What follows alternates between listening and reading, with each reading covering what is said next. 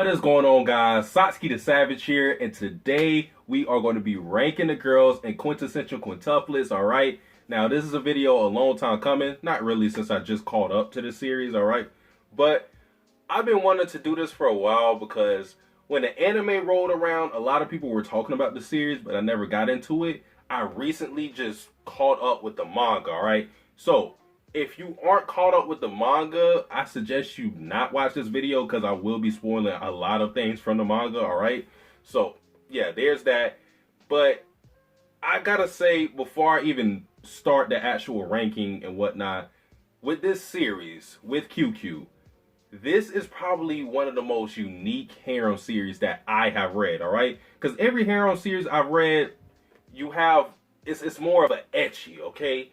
And although QQ still has the ecchi elements here and there, it's not really heavy on fan service. It's more of a wholesome series. And that really caught me off guard because I've been enjoying it. I thought it was going to be a lot of harem trash, but that's not the case. This series is legit good. So I just wanted to sing its praises really quick. But let's get into the rankings. The rankings will go from my worst girl to my best girl. So without further ado, let's begin. Ichigo is so conflicting for me. I used to rank her in the middle towards the front of Quintessential Quintuplets, but her stock for me has dramatically dropped. First, I'll talk about the qualities I like about her because Ichigo is probably the most mature sister out of the bunch. Ichigo was the first to have a job, pursuing her dream of becoming an actress, and she was the one supporting all the quintuplets by herself when they moved in their own apartment. Ichigo was a really cool character for me, but honestly, I think she peaked too early because I felt like I seen her at her best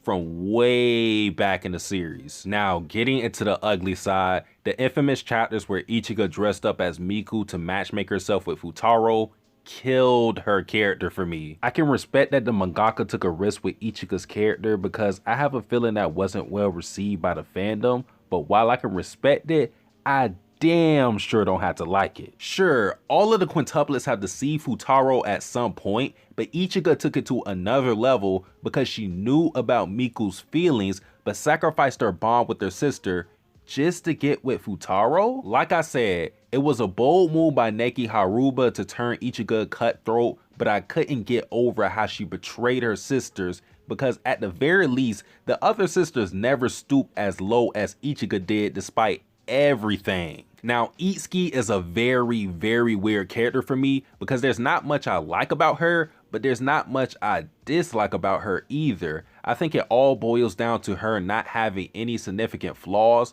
which in my opinion does not work in her favor because part of the great thing about reading the series is seeing the sisters overcome their flaws, but what flaws does Itsuki really have compared to the others? Yosoba is a special kind of stupid even amongst her sisters, plus she's too selfless, often helping others at her own expense. Miku was a crippling shy and couldn't cook for a damn. Nino is the most difficult and confrontational of the bunch. She drugged Futaro twice and is quick to make enemies. Ichigo has a reputation of being a liar, plus her reputation as the eldest sister often puts pressure on her to lead her sisters by example. Compared to the other four, Itsuki doesn't really have anything to overcome like that. Her only real flaw is her bad grades, which is a collective problem of all the quintuplets. Maybe you can point to Itsuki wanting to be like her mother as a flaw, but that ties into the grades and is more of a goal than a flaw. Itsuki is the only one that feels generic to me,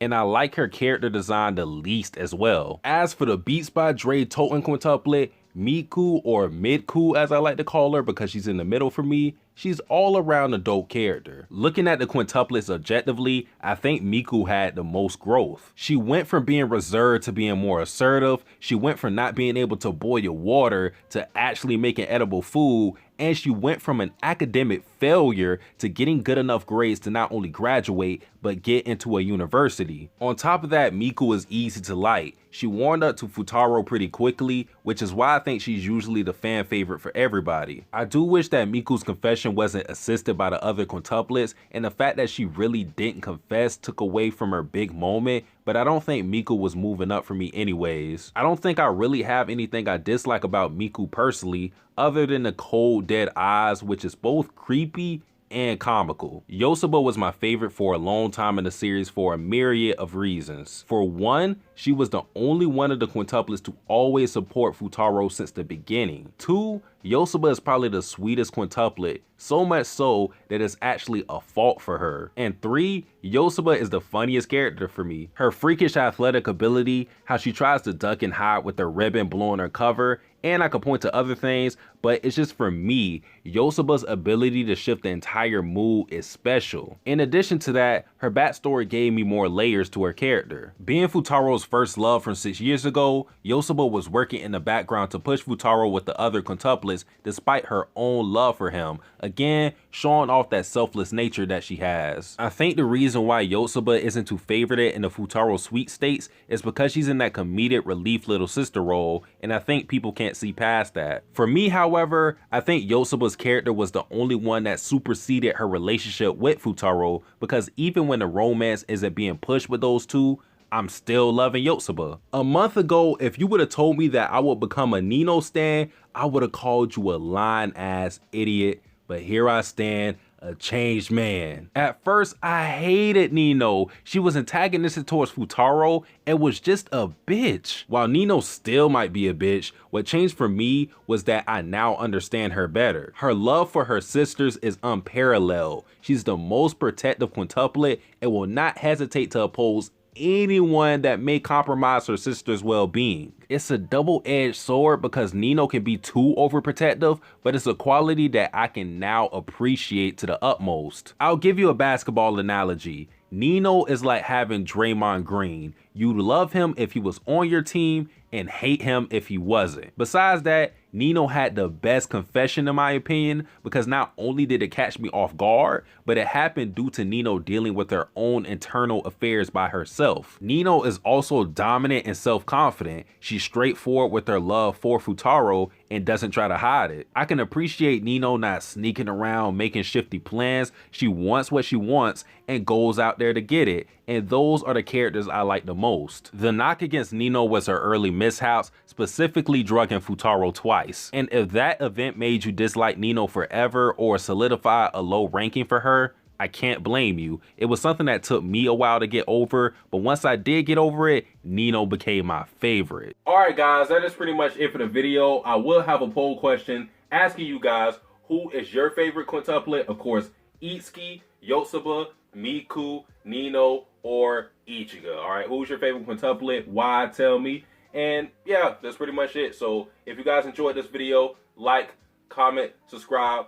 Fuck Perry. I'm out. Am I dying to live, or am I living to die? Living a lie, with my hands stressed out. See, I'm stressed about being the best out. Visions